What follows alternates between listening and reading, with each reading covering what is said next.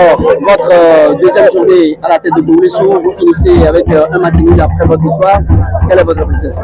Je pense que c'est un match nul assez frustrant sur le point comptable. Je pense qu'on a fait du jeu, on s'est procuré énormément d'occasions, mais les garçons n'ont pas pu être réalistes ce soir. C'est comme ça, c'est dur. C'est dur parce qu'on a fait une grosse semaine de travail. On a énormément travaillé sur ces aspects-là. Ça fait 2 journées qu'on arrive à marquer 2 buts ou plus. Donc aujourd'hui, c'est quelque chose qui nous a manqué. Comparativement au match dernier où on a encaissé 2 buts, on a essayé de corriger ça.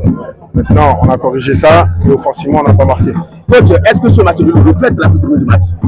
Non, pas du tout. Comme je dis, c'est un match assez frustrant pour nous, pour les garçons. Je pense aussi pour le public, c'est assez frustrant pour nous de ne pas pouvoir marquer. On a eu des occasions, je pense que vous avez regardé le même match que moi. On a eu des occasions, mais on n'a pas pu les mettre au fond. C'était comme ça, et puis voilà, le match il est terminé. Un mot sur l'adversaire. Non, c'est une équipe, on va dire, assez physique, qui est aussi assez tactique. Hein. Comme je dis, tous les systèmes gagnent, tous les systèmes perdent. Donc c'est leur façon de jouer, ils ne construisent pas beaucoup, mais c'est leur façon de jouer, de balancer devant et de jouer avec voilà, les 3 attaquants, 4, 5 des fois. C'est leur façon de jouer. Si ça a marché pour eux, tant mieux. Mais pour nous, ça n'a pas marché ce soir parce que voilà, on n'a pas été réalistes. Parlons-en, la prochaine journée, vous allez déplacer à Lomé pour jouer contre Assis Karakuda. Dans quel état d'esprit allez-vous aborder ce match? Non, on va essayer de corriger les erreurs. Hein. C'est clair, on va corriger les erreurs, tout ce qu'il y a eu. On va essayer de regarder encore tous les erreurs qu'on a eu à commettre. Maintenant, on va le préparer comme d'habitude, les gars. C'est un match de championnat comme les autres. Le championnat il est très très long. On va corriger les erreurs, on va revenir très fort.